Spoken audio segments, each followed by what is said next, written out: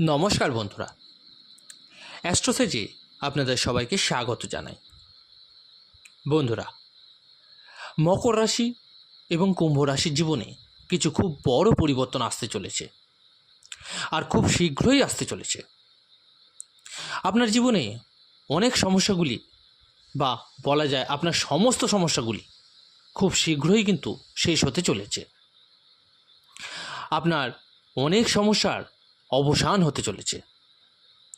আপনার জীবনের সবচেয়ে ভালো সময় আসতে চলেছে, এবং আপনি এটা কিন্তু মেনে নিন যে মকর এবং কুম্ভ রাশির যত মানুষজন আছেন তাদের মধ্যে কিছু মানুষের তাদের জীবনের শ্রেষ্ঠ সময় হতে চলেছে, কারণ তাদের সব স্বপ্ন পূরণ হতে চলেছে।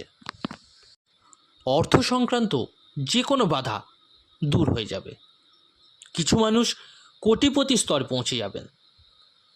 আগামী 2.5 থেকে 3 বছর আপনার জীবনের সবচেয়ে গুরুত্বপূর্ণ এবং সবচেয়ে নির্ধারক সময় হবে। কারা বেশি উপকৃত হবেন? মকর এবং কুম্ভ রাশির কোন ব্যক্তিরা হবেন যাদের জীবনে একটা বিশাল পজিটিভ পরিবর্তন আসবে, যাদের সমস্ত স্বপ্ন পূরণ হবে? আমরা আজকের এই ভিডিওতে সব কিছু জানব। আজকের এই ভিডিওতে আমি জানাবো মকর এবং কুম্ভ দুই রাশির অবস্থান, একে একে সব জানাবো। তো প্রথমে মকর রাশির কথা বলি। মকর রাশির কি অবস্থা হতে চলেছে, আগামী সময় কিভাবে আপনার জীবনে বড় পরিবর্তন আসবে, কিভাবে আপনার সমস্ত স্বপ্ন এখান থেকে পূরণ হতে শুরু করবে, কোন তারিখটি হবে, কোন সময়টি হবে যেখানে আপনি মেনে নিতে পারেন যে আপনি যা কিছু করবেন তাতে পূর্ণ সফলতা আপনি পাবেন। চলুন তাহলে আজকের আলোচনাটি শুরু করি। এটি একটি খুব গুরুত্বপূর্ণ ভিডিও কিন্তু বন্ধুরা আপনাদের জন্য। মকর এবং কুম্ভ উভয়ের জন্যই এই ভিডিওটা একসঙ্গে আমি দেওয়ার চেষ্টা করেছি। মানে দুটো রাশিরই অবস্থান আজকের এই ভিডিওতে আমি জানাতে চলেছি। তাই আপনাদের কাছে রিকোয়েস্ট একটাই, খুব মনোযোগ দিয়ে একটু শুনবেন। আর আজকের এই ভিডিওটি জন্মরাশি চন্দ্ররাশির ওপর ভিত্তি করে তৈরি করা। বন্ধুরা, আপনারা যারা নিজেদের বার্থ চার্টে প্রেডিকশন করাতে চাইছেন, বা বলতে পারেন অষ্টবর্গ চার্ট করাতে চাইছেন, তারা অবশ্যই টেলিগ্রাম চ্যানেল জয়েন করে নেবেন। লিঙ্কটা ভিডিও ডেসক্রিপশানে পেয়ে যাবেন। চলুন তাহলে শুরু করি মূল ভিডিও। আজকের এই ভিডিওটি খুবই গুরুত্বপূর্ণ মকর এবং কুম্ভ রাশির জন্য, উভয়ের জন্যে। প্রথমে মকর নিয়েই আলোচনাটা শুরু করি। মকর রাশি, আপনার সাড়ে সম্পূর্ণরূপে সমাপ্ত হয়ে গেছে 29শে মার্চ 2025-এ। 29শে মার্চ 2025-এ আপনার সমস্ত সাড়ে পুরোপুরি শেষ হয়ে গিয়ে আপনি এখন সাড়ে থেকে পূর্ণরূপে মুক্ত হয়েছেন। কিন্তু সমস্যা তো হচ্ছে, সমস্যা এখনও চলেই যাচ্ছে মকর রাশির সাথে। এটা কেন ঘটছে? এটা কতদিন চলবে? কোন সময়টি হবে যখন আপনি বলতে পারবেন যে এখন আপনার সমস্যাগুলো সম্পূর্ণরূপে শেষ হয়েছে? চলুন সেটাই বলতে চলেছি। শনিদেবের গোচর আপনার রাশি থেকে তৃতীয়ভাবে হয়েছে 29শে মার্চ 2025-এ। এবার দেখুন, শনিদেবের যে গোচর হয়েছে, তৃতীয়ভাবে গোচর, শাস্ত্র অনুযায়ী খুব ভালো বলা হয়েছে। ব্যক্তিগতভাবে যদি বলি, আমিও অনেকেরই কুণ্ডলী চেক করেছি, তাতে তৃতীয়ভাবে শনি থাকা খুবই ভালো ফল দেয়। এই শনি গুরুয়ের মীন রাশিতে গিয়ে আরও ভালো ফল দেয়। কিন্তু সমস্যাটা কি? সাড়ে শেষ হওয়ার পরও কেন ফল মিলছে না? তার কারণ আমি আপনাকে বলে দিচ্ছি। দেখুন, মীন রাশিতে যেখানে শনির গোচর হয়েছে 29শে মার্চের পরে, তো মীন রাশিতে আগে থেকেই রাহু উপস্থিত আছে। অর্থাৎ শনি এবং রাহু যুগ্মতা তৈরি করেছে, যাকে পিশাচ যোগ বলা হয়, সাপের যোগ বলা হয়, পিতৃদোষ বলা হয়। যখনই শনি, রাহু বা কেতুর দ্বারা পীড়িত হয়, তখনই সমস্যা কিন্তু বাড়ে। বেশিরভাগ সময়ই রাহু ও কেতু শনিকে পীড়িত করে। তো যখনই শনি রাহু বা কেতুর দ্বারা দৃষ্টির দ্বারা পীড়িত হচ্ছে, তাহলে তখন কি হচ্ছে, শনি তার প্রভাব দিতে পারে না। আপনি বাস্তব দৃষ্টিকোণ থেকেও ভাবুন, আপনার রাশির স্বামী শনি, অর্থাৎ আপনি এমন এক অবস্থায় যাচ্ছেন, আপনার রাশির স্বামী মানে আপনি এমন এক অবস্থায় আছেন যেখানে আপনি কষ্ট, কলহ পাবেন, যেখানে আপনি স্বাধীনভাবে ফল দেওয়ার ক্ষমতা পান না। তখন আপনি কি করতে পারবেন? তো আপনার রাশির স্বামী যেই ঘরে গেছেন, যেই রাশিতে গেছেন, সেখানে রাহু আগে থেকেই উপস্থিত আছে।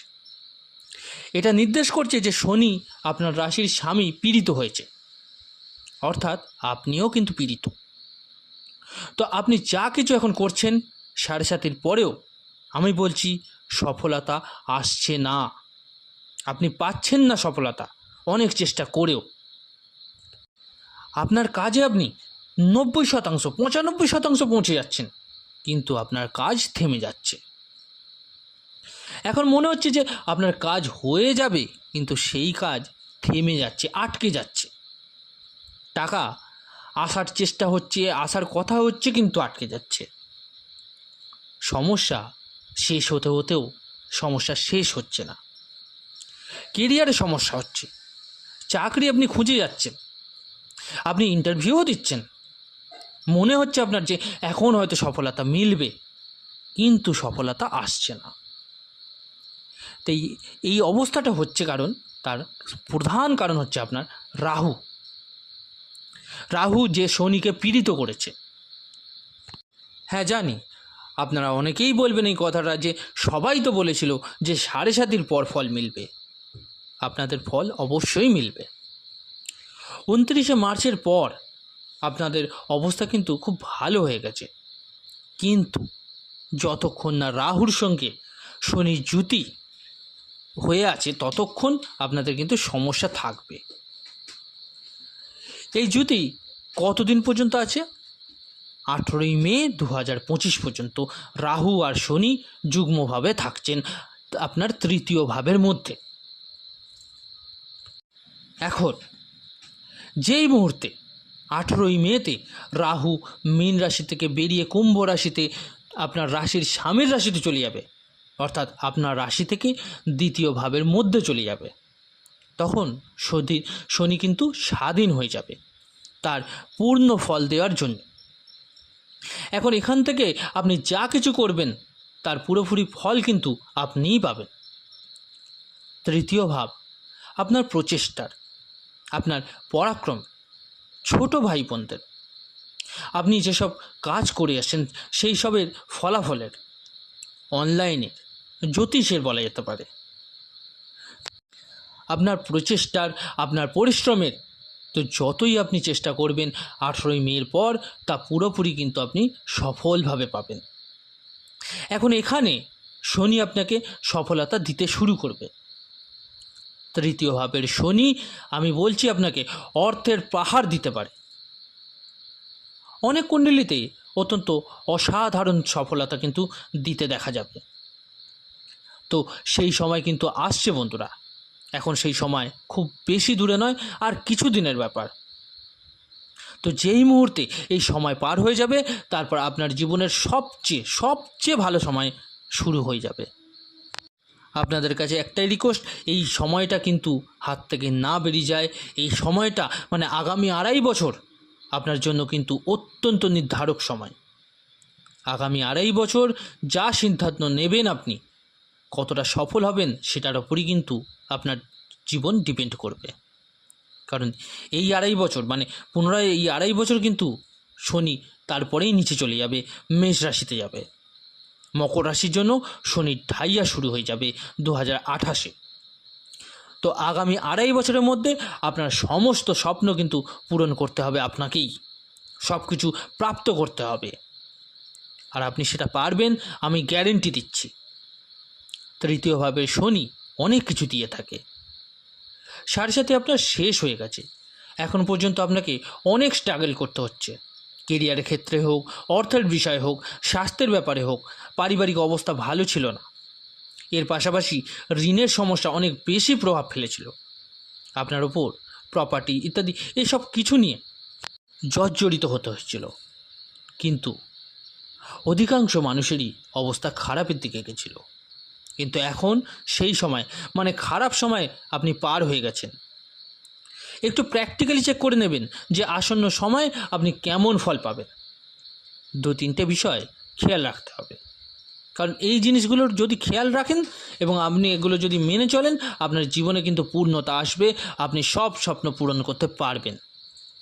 আপনারা যদি পারেন অবশ্যই একবার অষ্টবর্গ চার্ট বানিয়ে নিজের কুণ্ডলীর কী অবস্থা আছে একটু চেক করিয়ে নেবেন। তার কারণ হলো, অষ্টবর্গ চার্টে যদি আপনার 5-এর বেশি থাকে, তা 5 থাকে, পয়েন্ট থাকে, তাহলে কিন্তু আপনার খুব ভালো সময় অবশ্যই যেতে বাধ্য। আর যদি তার কম থাকে তাহলে কিছুটা স্ট্রাগল কিন্তু করতে হতে পারে। আর যদি একদমই কম থাকে তাহলে আপনাকে আবার সেই একই দিকে যেতে হবে, স্ট্রাগল করতে হবে। যাই হোক, আপনারা যারা পারবেন একবার করে চেক করিয়ে নেবেন। এই সময়টি অত্যন্ত গুরুত্বপূর্ণ হতে চলেছে, অনেক বেশি গুরুত্বপূর্ণ আপনাদের জন্য। এটা আপনাদের জীবন নির্ধারণ করবে। যদি আপনার কুণ্ডলিতে কোনো সমস্যা থেকে থাকে অবশ্যই শক্তিশালী প্রতিকার করিয়ে নেবেন, কারণ আসন্ন সময়ে আপনাকে পূর্ণ সুবিধা পেতে হবে। যাই হোক, তো এই ছিল মকর রাশির অবস্থা। তো এবার বলি কুম্ভ রাশির ব্যাপারে। রাহুদেবের রাশি পরিবর্তন 18ই মে 2025 আপনার রাশিতে, অর্থাৎ আপনার প্রথম ভাব কুম্ভ রাশিতে হয়ে যাবে। এখান থেকে আপনার রাশির স্বামী শনিদেব পুরোপুরি মুক্ত হয়ে যাবেন রাহুর প্রভাব থেকে। খেয়াল রাখবেন, রাহু যখন শনিকে গ্রাস করে তখন কিন্তু পিতৃদোষ, শাপিত দোষ, পিশাচযোগ তৈরি হয়। তো রাহু যখন শনিকে পীড়িত করে রাখছে তখন এইসব সমস্যাগুলো কিন্তু হতেই থাকে। কিন্তু রাহু যখন 18ই মে 2025 রাশি পরিবর্তন করবেন, কুম্ভ রাশিতে চলে যাবেন, অর্থাৎ আপনার রাশিতে চলে আসবেন, তখন শনি যখন রাহুর প্রভাব থেকে মুক্ত হবেন তখন কিন্তু আপনার জীবনের সর্বোত্তম সময় শুরু হবে। এটা খেয়াল রাখবেন, আগামী 2.5 বছর আপনার জীবনের নির্ধারক সময় হবে। কারণ 2.5 বছর পর যখন শনি নিচের মেষ রাশিতে যাবে তখন কিন্তু অনেক মানুষকে আবার সমস্যা দিতে শুরু করবে। সবার না, কিন্তু অনেকেরই হবে। তাই এই 2.5 বছর আপনাকে যা করার করে নিতে হবে। এটা আপনার জীবনের সর্বোত্তম সময় হবে। নিশ্চিতভাবে এমন সময় আপনার জীবনে আবার আসবে 30 বছর পর। আপনি হয়তো মনে মনে ভাবছেন যে ফলাফল এখনও তো পাচ্ছি, কিন্তু চিন্তা করবেন না, 18ই মের পর আপনাকে ফলাফল দিতে বাধ্য থাকবে। অনেক মানুষ কোটিপতি স্তরে কিন্তু পৌঁছবেন, ধন সম্পত্তি হবে, ব্যাংক ব্যালেন্স হবে। রাশির স্বামী যখন দ্বিতীয় ভাব অর্থাৎ ধনভাবের মধ্যে যাবেন তখন ধন না দেয় এটা কিন্তু সম্ভব নয়। ধন আসবেই, সম্পত্তির সুখ লাভ হবে, চাকরি খুব ভালো হবে আপনার। যাদের এখন চাকরি নিয়ে সমস্যা চলছে বা চাকরি পাচ্ছেন না, তারা কিন্তু চাকরি পেয়ে যাবেন, ভালো চাকরি পাবেন। ব্যবসা বাণিজ্য আপনার খুব ভালো হয়ে যাবে। সব দিক থেকেই আপনার জীবনের সর্বোত্তম সময় হবে 18ই মের পর। সবচেয়ে বড় কথা, গুরুর গোচরও 15ই মেতে আপনার রাশি থেকে পঞ্চম ভাবে। গুরু যিনি মিথুন রাশিতে অর্থাৎ বুধের রাশিতে গোচর করবেন, নিজের রাশিকে দেখবেন, একাদশ ভাব অর্থাৎ ধনু রাশিকে। তো গুরুও টাকার জন্য আপনাকে ফেভারই করবেন, মান সম্মানের জন্য ফেভার করবেন, আয়ের শ্রেষ্ঠ অবস্থা হয়ে যাবে আপনার। রাহু আপনাকে অর্থের দিক থেকে খুব ভালো ফলাফল দেবেন, খুব বুদ্ধিমান ও চতুর করে তুলবেন আপনাকে। খেয়াল রাখবেন শুধু এইটুকু, হুটহাট করে কোনো ডিসিশান নেবেন না, কোনো কাজ করবেন না, ভেবেচিন্তে পরিকল্পনা করে কাজ করবেন, তাহলে রাহুও যথেষ্ট উপকার দেবেন। ধনের জন্য রাহু খুব ভালো হয়ে থাকে। আপনার রাশিতে প্রথম ভাবে যেটা আসবে সেটা যে কোনো রাশিতে রাহু কিন্তু ভালো হয়ে থাকে সেখানেই, বিশেষ করে তখন যখন রাশির স্বামী ভালো অবস্থানে থাকে। তো শনি অলরেডি খুব ভালো থাকবেন 27 পর্যন্ত। 2027 পর্যন্ত রাহুও ভালো আছে, শনিও ভালো, গুরুও ভালো। তো সাড়ে সাতির তৃতীয় পর্যায়ে অর্থাৎ থার্ড ফেজে আপনার জীবনের উত্তম এবং সবচেয়ে নির্ধারক সময় হবে। আপনাদেরও বলে রাখি, শুধু একমাত্র আপনাদের কুণ্ডলিটা একবার চেক করে নেবেন, অষ্টবর্গ চারটা একটু দেখিয়ে নেবেন।